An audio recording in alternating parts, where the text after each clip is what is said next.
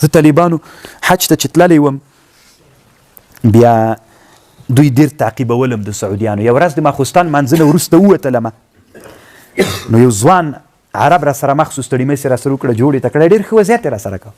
نو چې ورسره په لار روان وم ډېر زیات ملګري ول شاته راپسې روان. نو چې لږ وړاندې لاړم کاټ یې راوایسته وي زه د استخباراتو والا یم. ملک سعید الله دې ښه درسره وکړي. وي نه ته حال راته وایه ته دلته اوسېږي که راغلی یم الحج ته راغلی یم. وي ته د حرم کامرو تعقیب کړی چې هرې دروازې د حرم باندې ننوځې پاکستانیانو هندیانو افغانان تا سره ډېره ستړي مه سي کوي ته څه کاری. نو دنه چې مخ ته روان سو مخ د پولیس راته درولي و. په حرم کې دی ننه طالبانو په حرم مدني کې لا د حرم حدودو نه وم وتلی.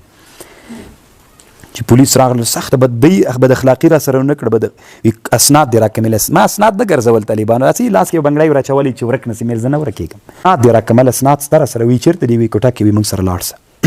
نو شاته نور مغم را سره ول مشران ملګري مې را سره هغوی ته مې لږ اشاره وکړه مې زه تاسې خو غم لکه سې ما کې ده ستي کوټې ته اوسرانو خو دومره په تونده راغلم 11 منزل کې دې موږ کوټه والا لیفت بند و ماخوستان منځنه خلک راغلي وو دوی مې تیز وخېځول. نو ویلې وي ماشاءالله خو سم ځوان نو چې راغلم بایک مې ورته خلاص که اسناد مې وکتل هغه عکسونه یې ورولېږل. بیا بېرته ماته ویلې وی بخښنه غواړو. دومره ډارېدل چې ما د چا سره ستړي مه سي طالبانو اسلامي امت داسې حالت ته رسېدلی ده.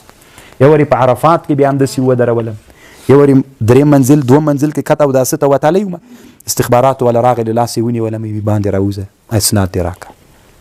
مې اسناد خو نسته در سره عکس مې ټلیفون کې د اسناد اخیستی مې الله سره وګوره. اسلامي امت داسې حالت ته را رسېدلی پوهېږې. الله دې بیا نو ته فکر کوه که نه چې مسلمانان په مخ روان دي که په شا روان دي. دې ته بیا موږ خوشحال یو چې په مخ روان دي چې یو مسلمان او په دې پوهېږي که نه. دوی خو هم داسې نه ده چې کاپیران ویده دي هغه دعوتګران د اسلامي امت راویښونکي دوی پېژني هغوی سره هلته خبر شریک